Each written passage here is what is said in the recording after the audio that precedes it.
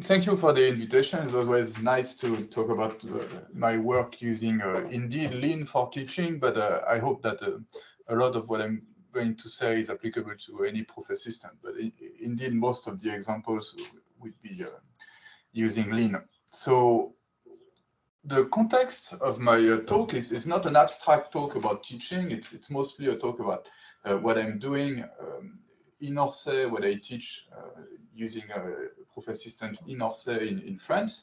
And I say in Orsay because I also taught a course using a proof assistant here at CMU. I'm spending 1 year at the Hoskinson Center for Formalized Mathematics in Pittsburgh. But the course that I've been teaching here in Pittsburgh was a course about using a teaching assistant, a proof assistant. So it was a Lean course about using Lean and becoming an expert in Lean. So this is very different from what I want to talk about today. Today I want to talk about teaching using a proof assistant, but teaching mathematics with the goal of training students in mathematics and not the goal of training them in using a computer. So the computer is only a tool in this context.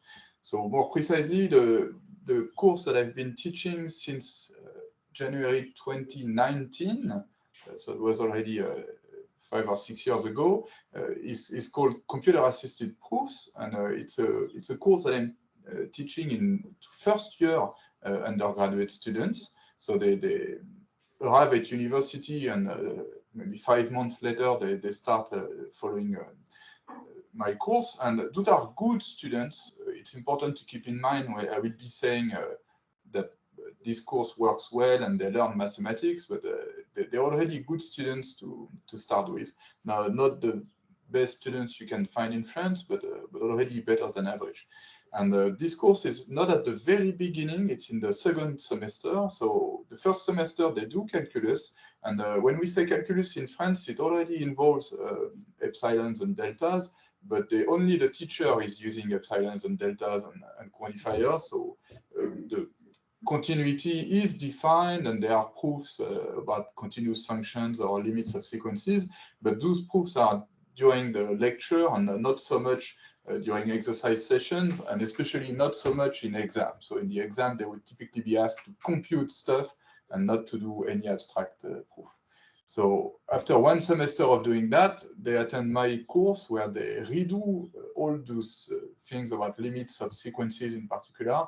And but this time they do proofs, abstract proofs themselves. And we have 12 weeks of teaching, and each week they have 2 hours in a computer lab. And during those 2 hours, I spend half an hour at most explaining what is going on, what is new, and what this session will be about. And then everything else is devoted to interacting with the computer. So really the goal of this course is to improve understanding and production of traditional proofs on paper. So I want them to be able to get better at reading and writing proofs on papers so that they can explain proofs to my colleagues who have never heard of proof assistants or anything like this.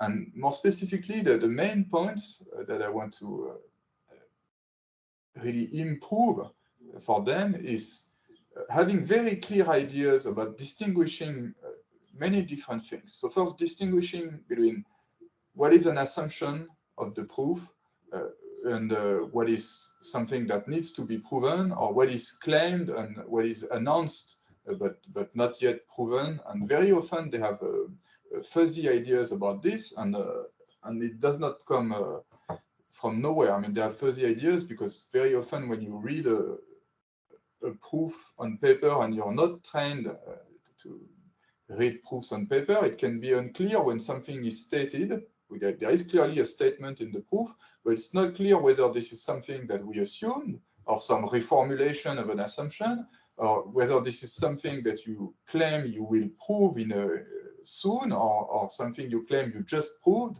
And so they need to have clearer ideas about this distinction. And very related to that, there is a distinction between stating something, proving it, and using it.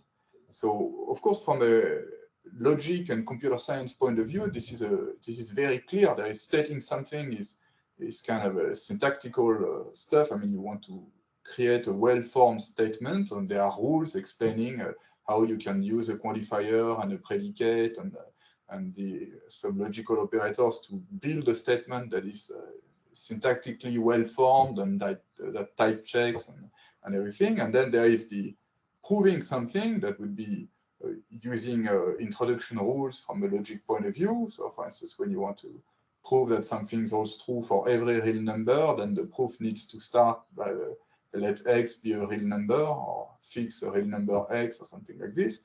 And then there is using a statement that starts, say, with a universal quantifier, and then the proof, the use would start with, I specialize this statement to, I don't know, my favorite real number, that is 1, or something like this. And for students, it's often very difficult to make this distinction, especially even in the easy case of the universal quantifier. Very often the proof of a universally quantified statement starts with the word for all. So people start, it looks like they start a statement, but this is actually the beginning of a proof and not the beginning of a statement, and things like this. It's even worse with existential quantifiers. So when people make very little distinction, I mean, even professional mathematicians make very little distinction between stating that something exists and extracting an existence witness and keeping it fixed forever, and so on. And the last thing that is very important is the distinction between bound and free variables. So in formulas, variables that happen bound by a quantifier or bound by a function abstraction is very different from some variable that happens to refer to the local context. And again, this is something that is very difficult for students. So those are really the pedagogical goals, and everything I will be showing today needs to be assessed in this context. I mean, if you have a different goal, then probably the tools that I will explain, that I will present today, will look, I mean, irrelevant, because they probably are irrelevant if you have other goals. And in particular, some of the non-goals of all this story is, again, teaching proof assistant expertise, but also teaching type theory. I mean, any kind of type theory. I'm not making any distinction between simple types or dependent type. And I'm also not teaching first order logic, or really nothing foundational at all.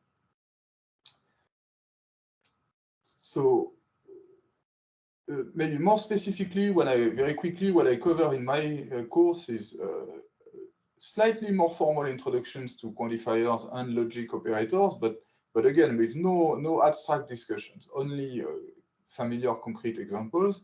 And the mathematical content is very elementary arithmetics, like divisibility in integers, or very naive set theory and stuff about functions, injective functions, surjective functions, monotone functions. So those are mostly, so you may wonder why those are gathered as one line, because those are the examples that are used to introduce quantifiers and logic operators. So divisibility, for instance, why is it in this course? It's because it's an example of a statement that is formed using one existential quantifier and nothing else. I mean, A divides B if there exists some C such that B is A times C. Only one quantifier and an existential. And injectivity is only a universal quantifier, and surjectivity is the first thing where you've got both a universal quantifier and an existential quantifier. And this is the reason why they are introduced in this course. And then the core of the course is about limits of sequences of real numbers and functions from real numbers to real numbers. And the most advanced things that I cover are supremum and infimum of sets of real numbers, subsequences, Bolzano-Weierstrass theorem, and Heine, or maybe the extreme value theorems, and things like that. And nothing more complicated. And when I say Bolzano-Weierstrass and Heine, it's all in the context of real numbers, no metric spaces, no topological spaces, no uniform spaces. It's just very elementary first year stuff. Okay, so this is the context of my teaching. And what are the main challenges?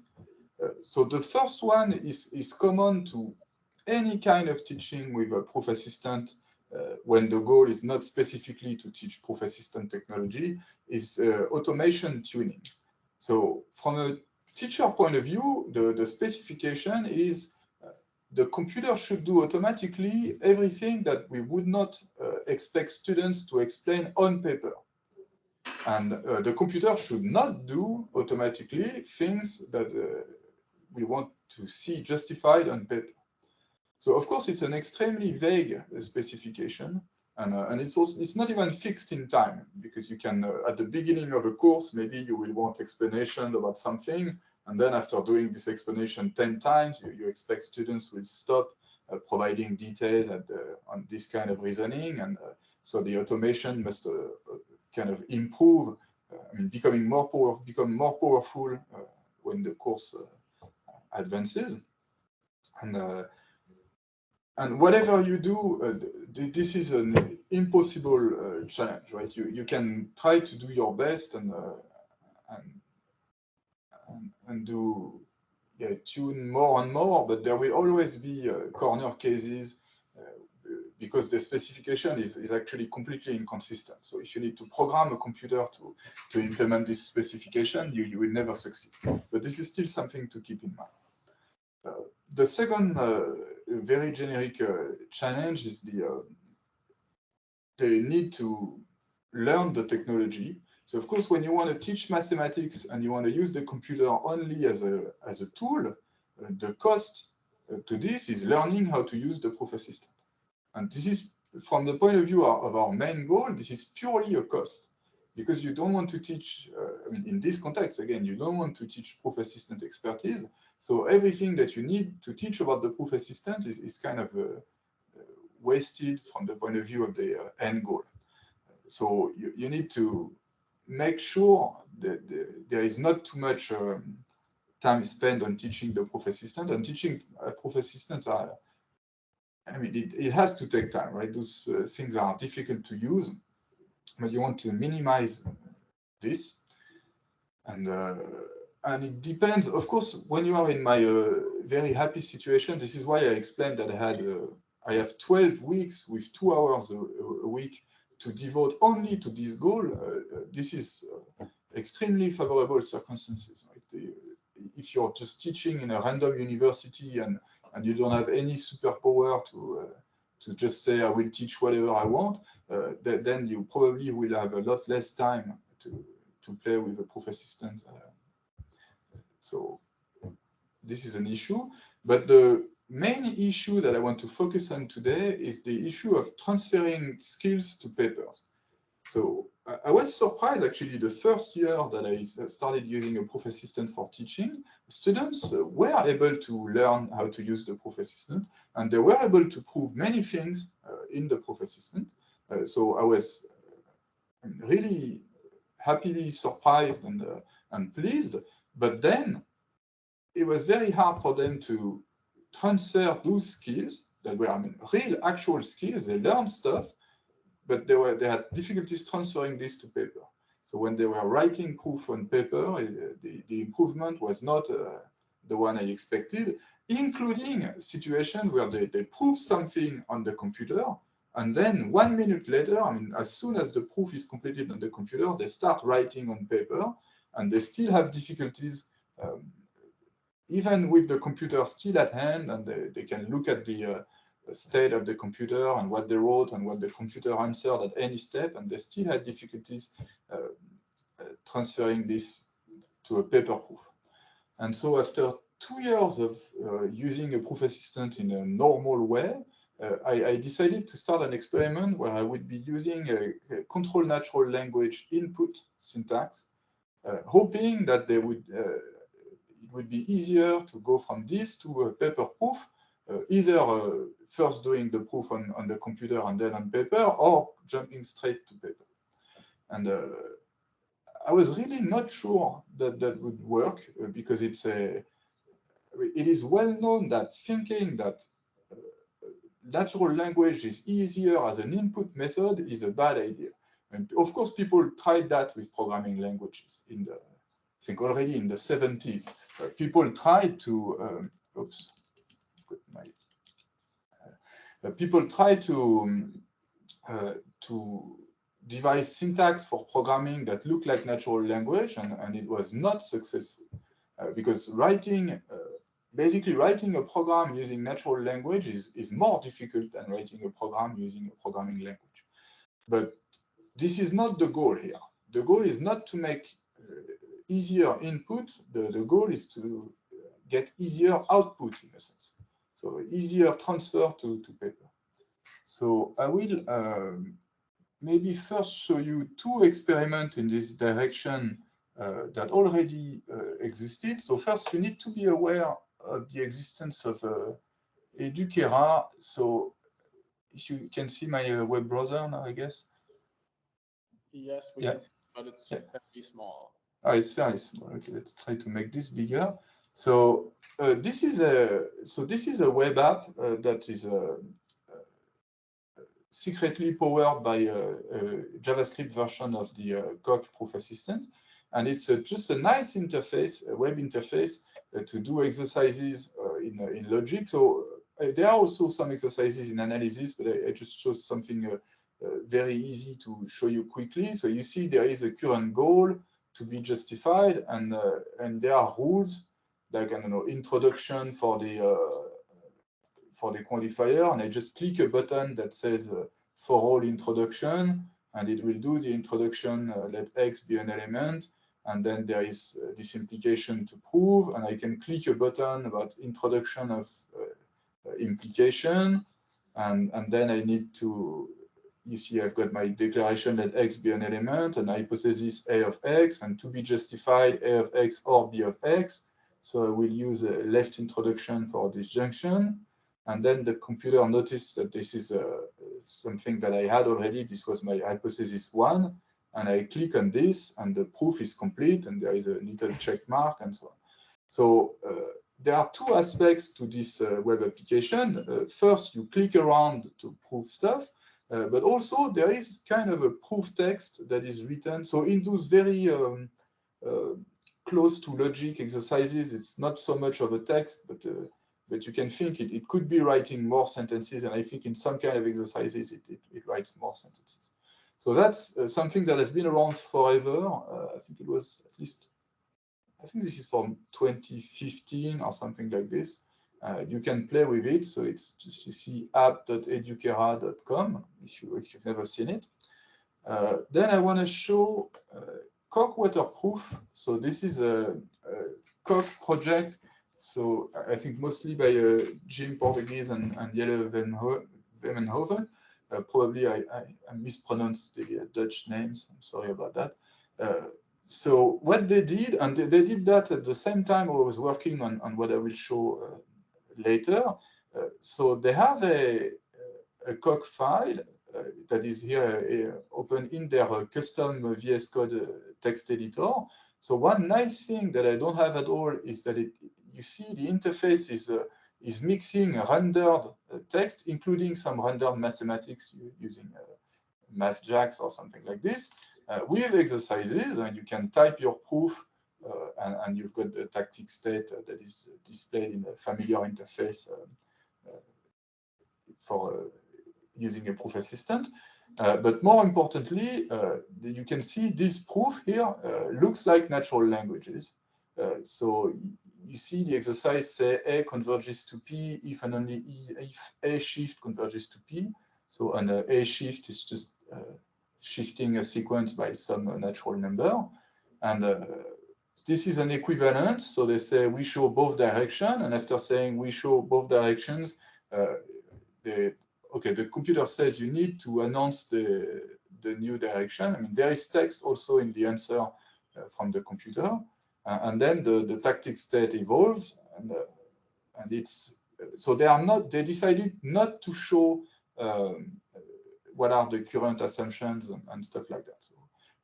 So the right hand side is not so useful, but I need you to look at the left hand side of the screen, and it looks like a natural language proof.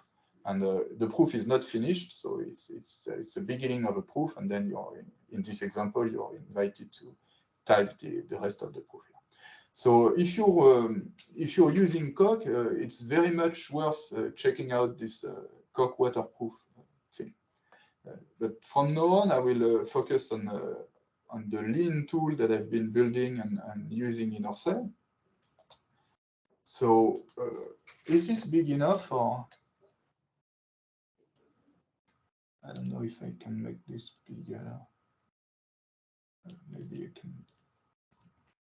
No.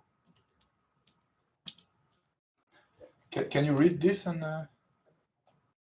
is it possible to read from? Can you make it one step bigger? I can try to do that. I'm afraid that then things will start getting out of screen. Maybe I can just add some. Anyway, okay. So let's take this example. So we've got an exercise that says continuity implies sequential continuity, and the statement is looks a bit different from if you're used to seeing regular Lean code. So first I'm distinguishing the data and the assumptions. So given a function from real number to real number and a sequence and x0 a real number, assume u converges to x0 and name this assumption hu, and assume f is continuous at x0 and name this assumption hf, and the conclusion is f composed with u converges to f of x0.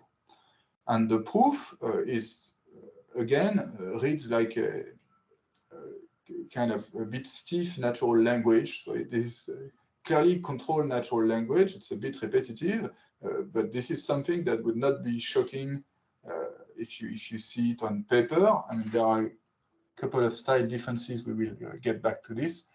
But, and this is all valid Lean syntax, and if you just move your cursor, the tactic state is answering. So maybe for people who are not so familiar with Lean, so the right-hand side of the screen is the answer by the computer. It lists what is currently fixed and what are the assumptions and what is the current goal. So this weird symbol with look like a T that has fallen on the side is it means current goal. I guess I could replace this symbol. So you can see here fu and x0 are fixed. We've got our assumption, but also a positive epsilon. So epsilon is a real number, and there is an assumption called epsilon pos that says that epsilon is positive. And the current goal is to prove there exists n and so on. And yeah, you can see by hf, which is the continuity assumption on f applied to epsilon using that epsilon is positive, we get delta, such that delta is positive and this assumption hf, and after this command, you've got delta that is fixed and the assumption hf. Okay, so this, sorry, there was a question? I got something. So this style is still pretty close to the normal way of using Lean. In particular, it uses a lot the labels. I mean, everything is labeled. So the continuity assumption HF is labeled HF, and here we refer to this HF. And this is not something that we would do on paper. So the second example is exactly the same proof, but referring to facts instead of referring to their labels. So you see this by HF applied to epsilon is replaced by since f is continuous at x0 and epsilon is positive, we get delta such that. And the assumption, the positivity and of delta and the assumption HF are still named, but those names are not referred to in the end of the proof. So maybe I need to put that on a new line because it's getting out of the screen.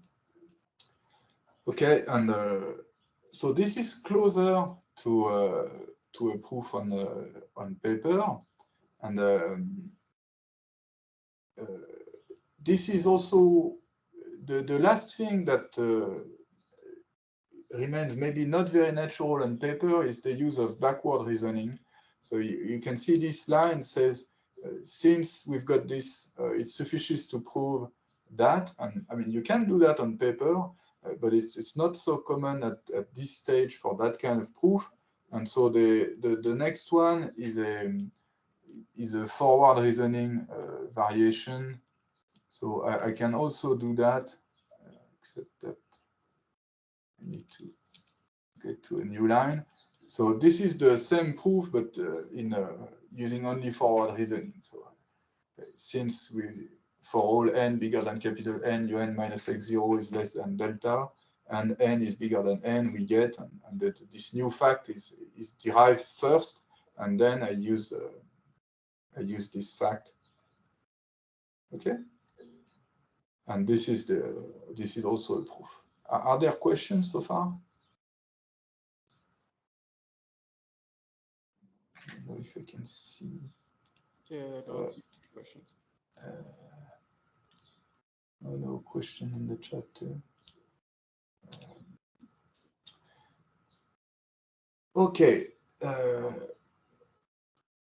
So maybe I can say already at this stage that again, the main advantage of this kind of proof style is meant to be the ease of transferring this to a paper proof, either by first doing it on the computer and then copying the proof on paper. So in that case, in that very simple case, you could almost just copy it verbatim, and that would be readable on paper. Sometimes you need to tweak a bit more to get something that looks natural on paper. Or you can do it directly on paper. I mean, the hope is that after 12 weeks of writing such proofs on the computer, students can write them directly on paper. The main disadvantage should be pretty clear. It is really more time consuming to prove, to write this. I mean, compared to writing this in normal lean syntax. So what would that look like? That would look like Arcases, HF, epsilon pos with what is it? Delta pos, and HF is the name of the HF. And I mean, this line is, I mean, you see, it's not a full line, and whereas I had more than one line. So those two lines, the one that I just wrote and the one that is highlighted, they do exactly the same thing. Okay, so there is a cost, a time cost to doing that, and also a technological learning cost. So there are two ways to fight this cost. So first, you can use the help tactic. So maybe before this first step, I can simply type help, and you can see the answer from the computer is, so it says you can do it by contradiction, or you can direct proof, because the goal starts with for all positive epsilon, a direct proof starts with fixed positive epsilon, and the blue things are clickable. So if I click on this fixed positive epsilon, it will replace the help command by a fixed positive epsilon, and then of course it complains on the next line. So this is one thing you can do. You can also ask for help about how to use an assumption. So say help HF, and it will say this assumption starts with the application of a definition, so you can reformulate it. So this is simply unfolding the definition. And the second suggestion is this assumption starts with for all positive epsilon, there exists a positive delta. And then it says you can use it with, and of course, not providing the epsilon 0 that is specialized to, but you've got this kind of text. So with both comments on the proof state and a suggestion about possible next steps. And if you click on the suggestion, you've got something that is more or less ready to use. So of course, this epsilon 0 here is not something valid. So I would need to put something valid here. Where is it? Not.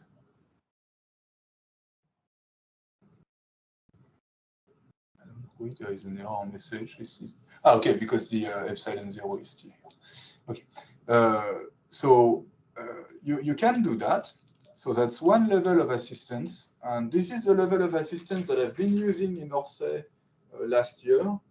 I'm experimenting with introducing another level of assistance that is closer to the Educera style. So let's try to do this proof using this level of assistance. So I can simply click on stuff, and so I click on the goal and I get suggestions that stuff I could try. So I could try, let's prove that, or this is simply unfolding the definition of convergence, or I could jump straight to the fix a positive epsilon.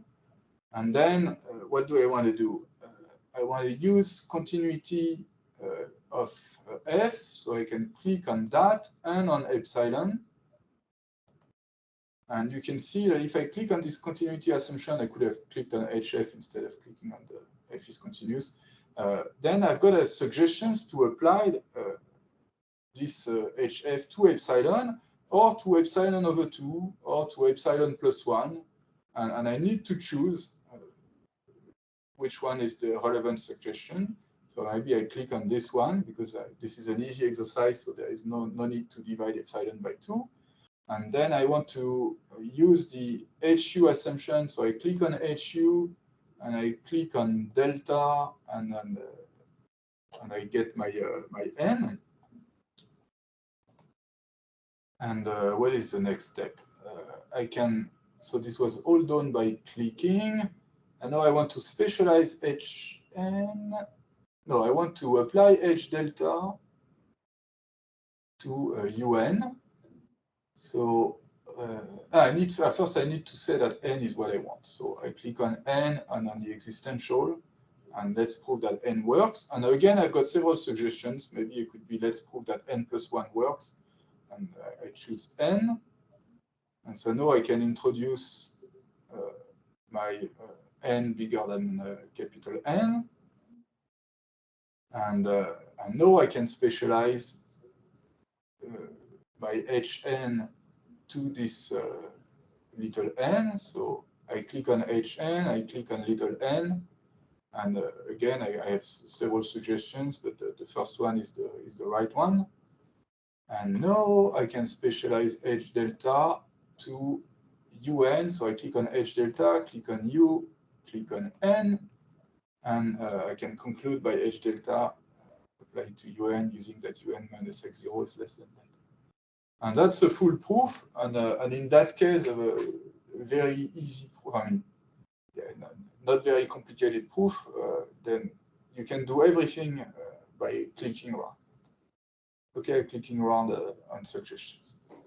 So what else is this doing? So maybe we can look at a more complicated example.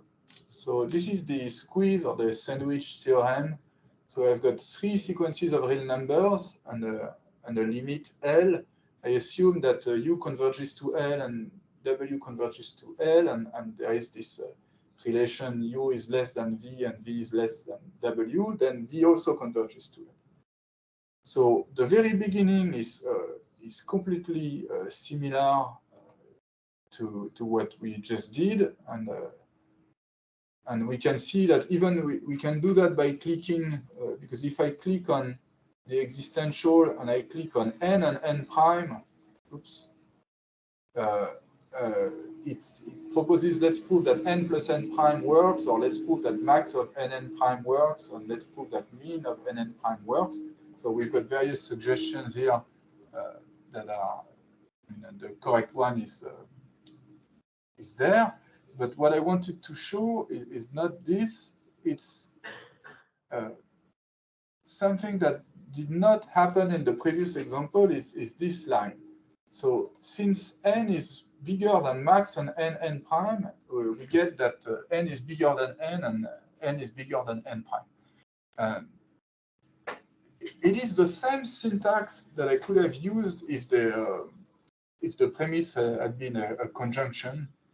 But here the premise is not a conjunction. I mean, saying that n is more than the max is not on the nose saying that n is bigger than both. But what happened here is that there was a lemma that was applied silently, and this lemma gave me this conclusion, and it's part of the automation tuning. I mean, on paper, you would not want to name a lemma saying that if n is bigger than the max, then n is bigger than both. And so this is done automatically as if this n bigger than max were a conjunction to start with. And we see the same phenomenon in the next line. Having absolute value of un minus L less than epsilon, we get the two inequalities, minus epsilon less than un minus L and un minus L less than epsilon. And so this is done automatically without naming a lemma that says this. And also I'm just throwing facts at the computer. This fact that for all n is bigger than L, we've got this inequality, and little n is bigger than n, and the computer needs to just find a way to deduce those two consequences. In the kind of a dual way, at this stage of the proof, before this, let's prove that. No, this is just repeating the goal because it was a long time ago. So after saying, let's prove that absolute value of Vn minus n is less than epsilon, I announce, let's first prove that minus epsilon is sorry, is less than Vn minus L. And this is again applying a lemma, but in the other direction, this time not deducing stuff, but reducing a statement to a conjunction that was done automatically. And after this, I've got two goals. The main goal that I just announced, and you can see a slightly smaller and dimmer goal that is the other inequality. And here there is a computation. So this is mostly using the calc technology that is standard in Lean, but it's tweaked a bit. So I think the first line is just, this is true by assumption. But here, when I justify the second line, there is something going on. The computer deduces un minus L is less than Vn minus L from the fact that un is less than Vn. And this fact that un is less than Vn, it has been automatically specialized from H, the assumption that this was true for all n. And then the just taking care of the minus L that was lying around is done automatically too. So just list a fact that should be obvious to the computer, and then the computer should apply automatically the fact that if A is less than B, then A minus C is less than B minus C for everything. So there is again some automation going on. And then the first inequality is proven, and so technically the computer knows what remains to be proven, but I want to force the proof author to write this let's no prove that, so which is kind of pointless from the point of view of the proof assistant. But when I did that originally, it was optional to announce what is the goal you're switching to, but I was convinced by the waterproof people that enforcing this was actually nicer. So there is nothing you can do here but announcing let's now prove the other inequality, and the other inequality proof is similar. Okay, so this was all from the point of view of the student writing proofs, and so let's now talk a bit about the point of view of the teacher. So of course the teacher has to prepare the exercises and to carefully prepare exercises that will work nicely with the existing framework or extend the framework so that it works nicely, because in that style of course you really want to avoid any distraction coming from foundations or from technological issues. So anything like coercions, I mean the inclusion of natural number to real number or the things like that, I really don't want to see that, so you need to be very careful. But then what can you do to tweak the library so that you like it better? So let's see what has been written just for the examples here. So of course you need to import your own definitions. So Obviously, Mathlib knows about continuous functions, but with a super general definitions that you don't want students to see at this stage. So I'm redefining continuity in an elementary way, put some notation so that I could write f is continuous at x0 instead of continuous function at f x0. And then, so this is all nothing specific to control natural language. This is specific, so configure unfoldable defs. So I'm registering those definitions, continuity of a function, limits of sequence, increasing and is supremum as a definition that will be unfolded automatically. If I go back here, the first thing that help proposed to do was to unfold the application of a definition. So you can see this first suggestion, it did that because this definition of a convergence of a sequence was marked as something unfoldable. And if you don't do this and you simply say, oh, everything should be unfoldable, then you quickly get into hell because then the computer will say, oh yeah, if you want, we can unfold the definition of real number or the definition of addition of real numbers. And then, of course, it gets extremely confusing for students.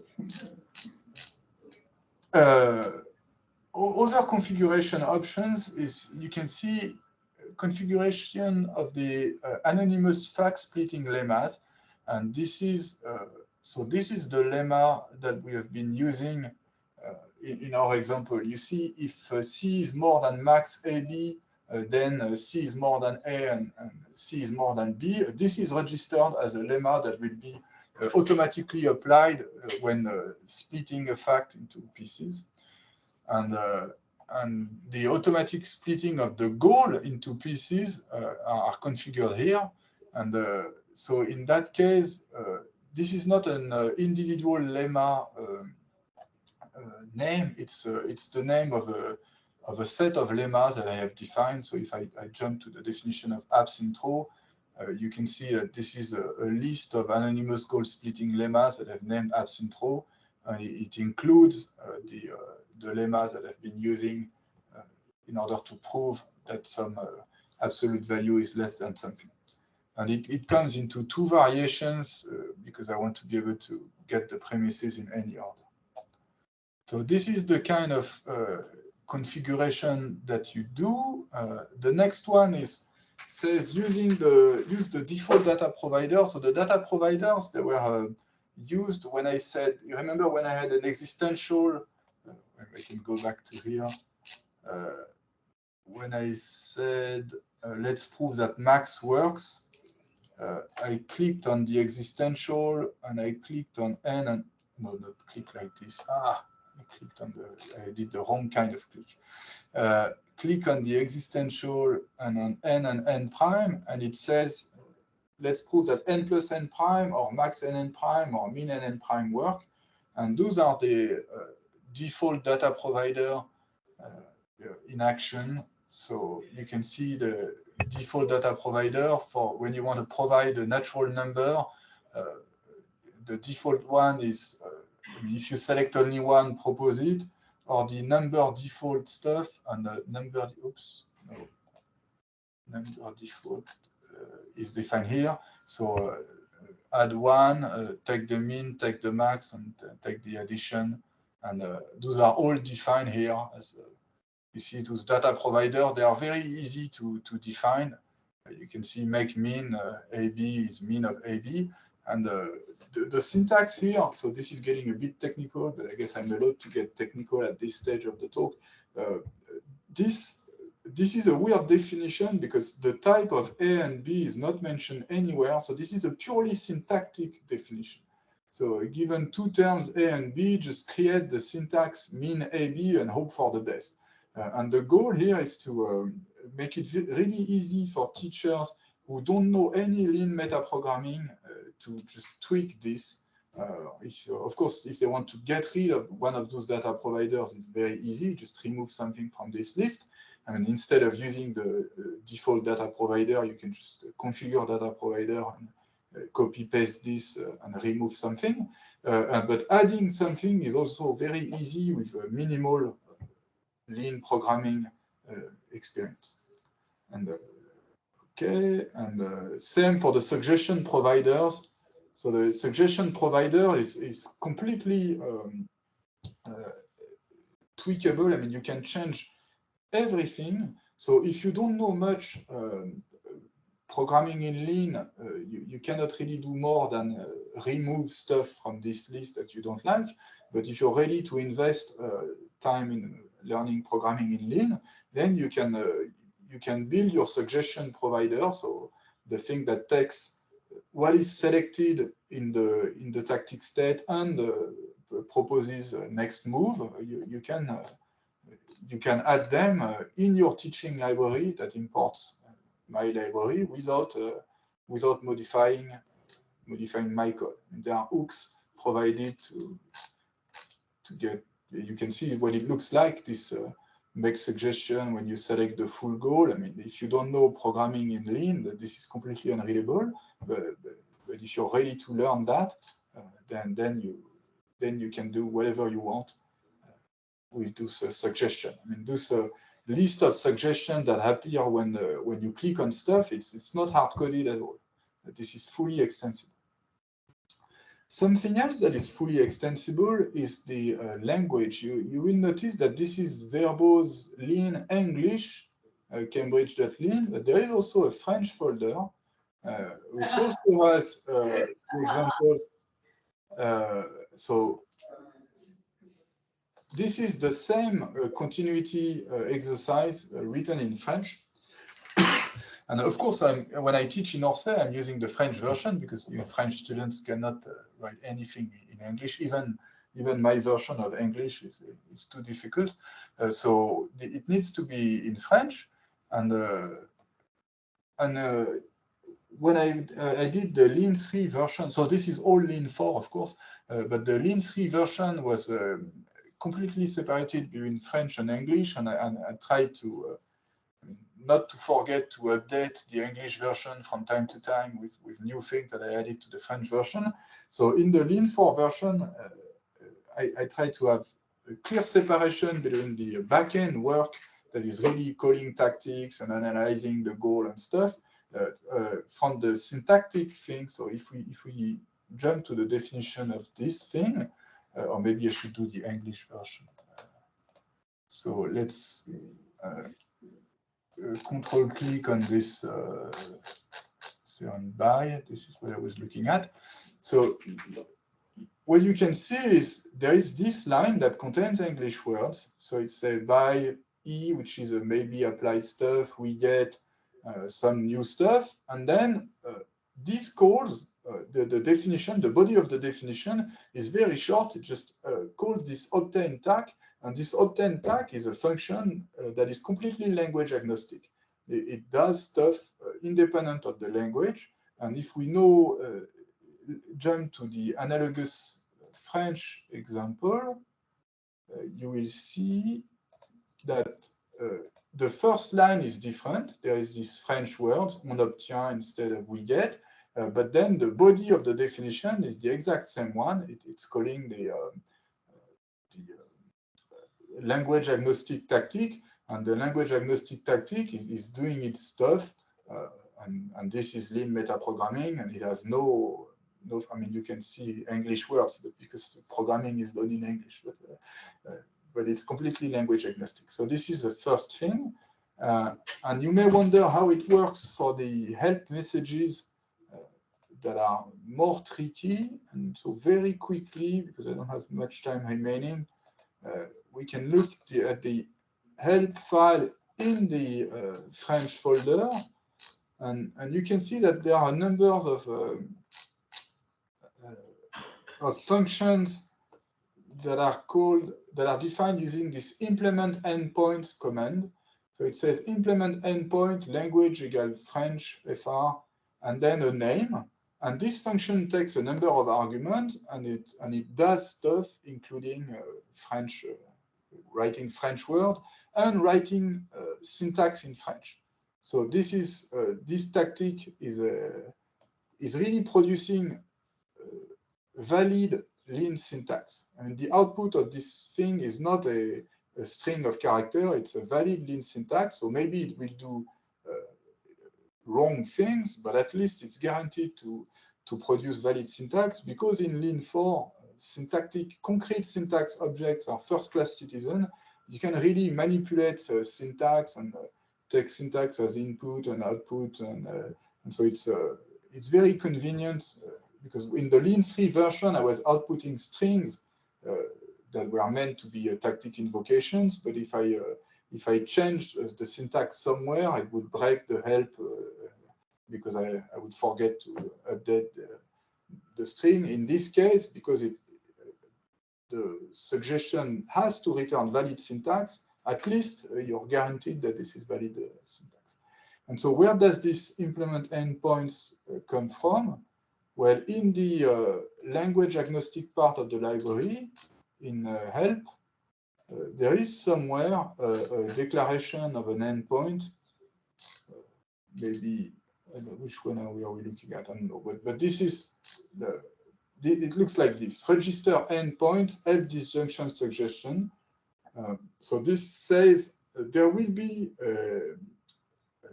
kind of an API endpoint that is called help disjunction suggestion, and it should be a function taking a name called heap. And right after registering this endpoint, I can use it in the definition of the help disjunction function. But of course, right now, I cannot really call this function because there is nobody implementing my endpoint. But this endpoint is implemented in the French folder, and it's implemented in the English folder. And you can implement it in your own language. That could be, for instance, Cambridge English. It would be proper English and not my Franglish. Or maybe, I don't know, German or anything like this. And I guess I'm roughly out of time, but that's a nice point to stop. And yeah, I think I can stop here and take some questions.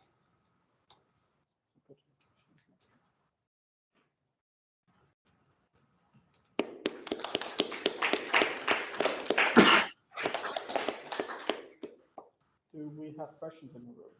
So, I mean, I guess I'm kind of curious. Did this actually help students eventually write paper proofs? Like, did this improve the students' ability?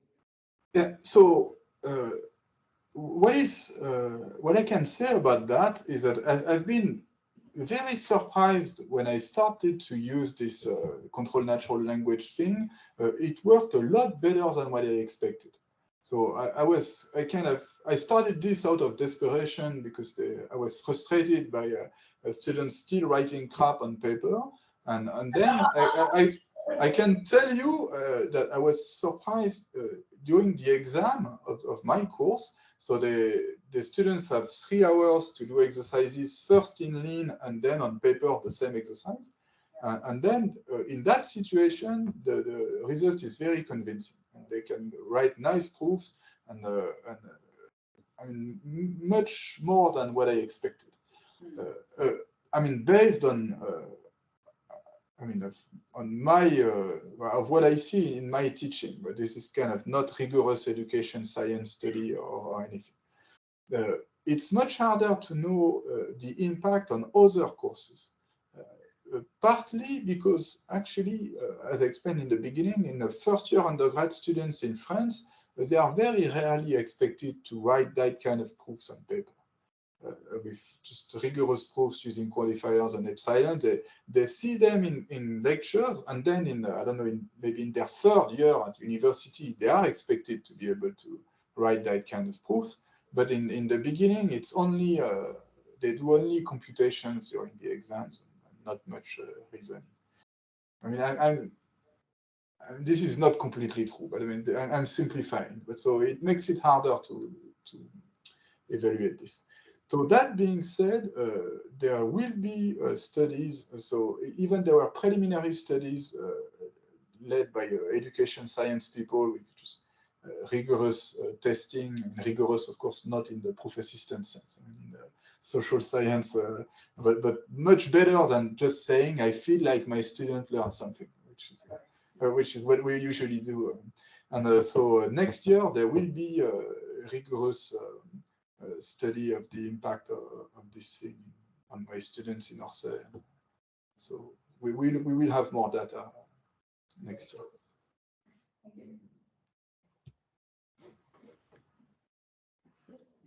Do you think there's anything to be learned on the side of the paper proofs? Like here, you're trying to make your lean proofs look as close as possible to the paper proof so that the transfer is easier.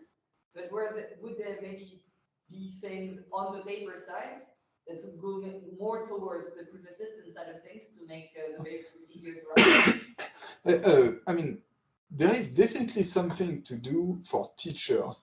And I mean, we do have bad habits when we write on paper, on the blackboard.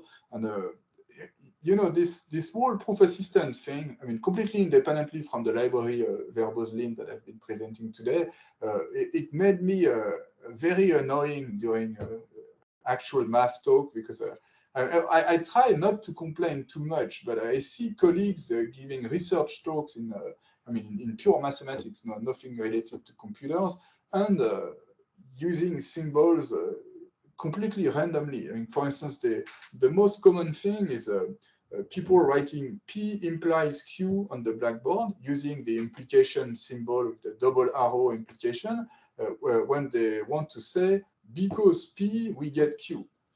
And I mean, it's completely systematic. They use the double implication, the double arrow implication symbol as an abbreviation of hence, or an abbreviation of therefore, and this is not what it means in logic. And if you think it means therefore, and you look at the definition of continuity of or convergence of sequence, so what we were looking at this, if you look at this definition and you read this, okay, that one has the single arrow, but it should be a double arrow really.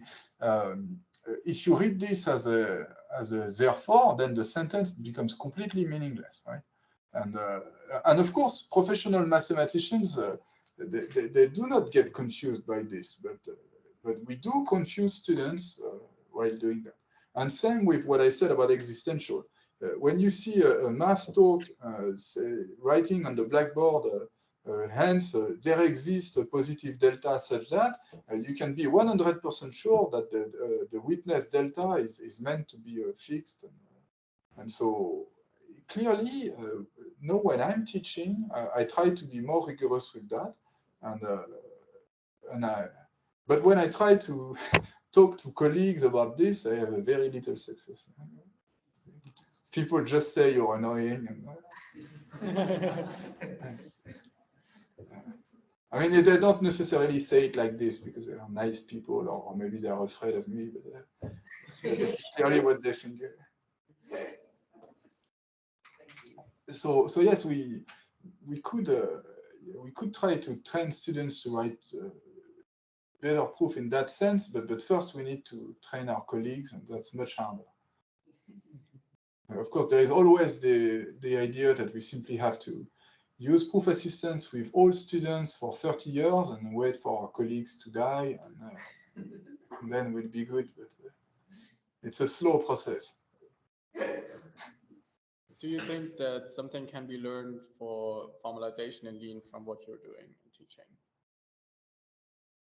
You mean using that kind of input for actual Lean formalization or something like this? Because as someone who learned formalization originally in Isabel, I'm very happy about this sort of structure to proofs, which in Lean you often see less. Oh, I mean, the structure thing is kind of independent of the control natural language. So the normal Lean tactic language is completely style agnostic. I mean, you can write structured proof in Lean, and you can write completely unstructured nightmares in Lean very easily. It's kind of up to users, and we've got cultural issues around very condensed proofs and proof golfing, and people have a hard time getting convinced that they don't really look smarter when they write unreadable proofs, even if it's shorter and it looks impressive for beginners. But this is purely a cultural issue, right? I don't think people will start to write very verbose proofs in Mathlib or in big projects, depending on Mathlib. My hope is rather the talk I give, I think 1 year ago in this seminar, I explained stuff about the informal lean project, which is maybe if you're not paying too much attention, you think I'm always talking about the same thing, but this is completely disjoint. I mean, the informal lean project is taking a normal lean proof and building informal text as an output. And today's talk was inputting informal, controlled informal stuff. So there is not a single line of shared code between those two projects. So for normal lean users, I believe a lot more in the other project. People should continue to write proofs using the efficient tactic language that makes them productive at writing complicated proofs, and then run the informal lean post-processing to get something readable. Because you know, even the proof that we think are readable, so forget about what I've showed today, just a normal lean or Isabelle code, and we think it's readable, but if you show that to a just normal mathematician, there is nothing they can do with it. Even the most beautiful structured Isabelle proof is completely unreadable for normal people. And I don't think that changing the input language is the solution. I think post-processing is the solution. Yes. So you mentioned that you have the informal lean project, which takes in a lean proof and outputs an HTML document. Yeah. I was wondering whether you considered like a tool that takes in a normal lean proof written in the executable tactic language and outputs something written in your controlled tactic language. No, so I could try to do that. No, that would be complicated because so first, the lean tactic language is constantly evolving. I mean, every day people are adding new tactics to Mathlib, so I would be running against, I don't know, at least 20 other people. Of course, most contributors don't write tactics, but let's say there are 20 people who write tactics frequently, and so that would be hopeless. And also, maybe it was a bit too quick in my explanation, but my tactics are not in one-to-one correspondence with the normal lean tactics. I mean, they do extra stuff and automation and deducing things, calling those anonymous lemmas. And, so that would be really difficult to translate. Something that would be less difficult and interesting would be to do language translation. You see, currently I've got the French version and the English version, and I don't have a mechanism that would take an exercise written in French and translate it to English. So that would be nice, and it's totally doable, but it's work. And but if someone is interested, that could be a cool project. Because again, you've got access to everything. I mean, the lean as a introspection capabilities are really great, and the syntax objects are first-class citizens, so you can just take syntax, work on it, and produce syntax, and output stuff. It's totally doable, but it means work. Right. I also had a quick follow-up. Right now, for example, when we're producing like the delta and delta pause and so on, it seems like the names are automatically picked by the computer. Yes. I was wondering if in the future there might be scope of the users also like either suggesting names of their own or like modifying the base solution before. I mean, you can already if you can already name it, because you see this fix a positive epsilon.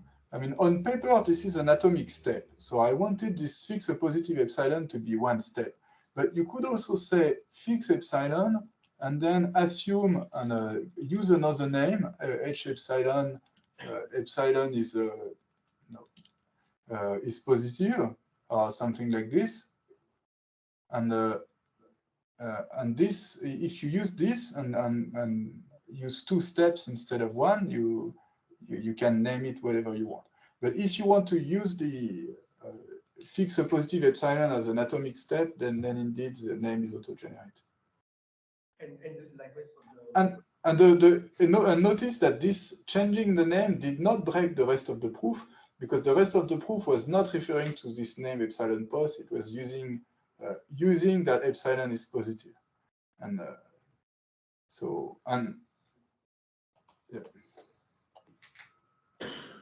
And this using that is also doing more work. Like for instance, if you need to know that epsilon is non-negative, say if HF started with a for all non-negative epsilon, you could have said apply to epsilon using that epsilon is non-negative, even if your assumption is epsilon is positive. And it's not only looking at things that are exactly assumptions, it's also working a bit harder on, because again, on paper, you would not expect people to spend time explaining that a positive number is non-negative or something. So does it derive those facts? How does it? Sorry, I didn't hear that. I mean, how does it derive these facts about linear inequalities? Like, if you, I mean, is it a hard-coded set of lemmas, or does it call a decision procedure? Yeah, in that case, it uses the linear arithmetic tactic. This is also configurable, but I think the where is it? I don't remember exactly where this is happening, but there is something. Okay, yeah.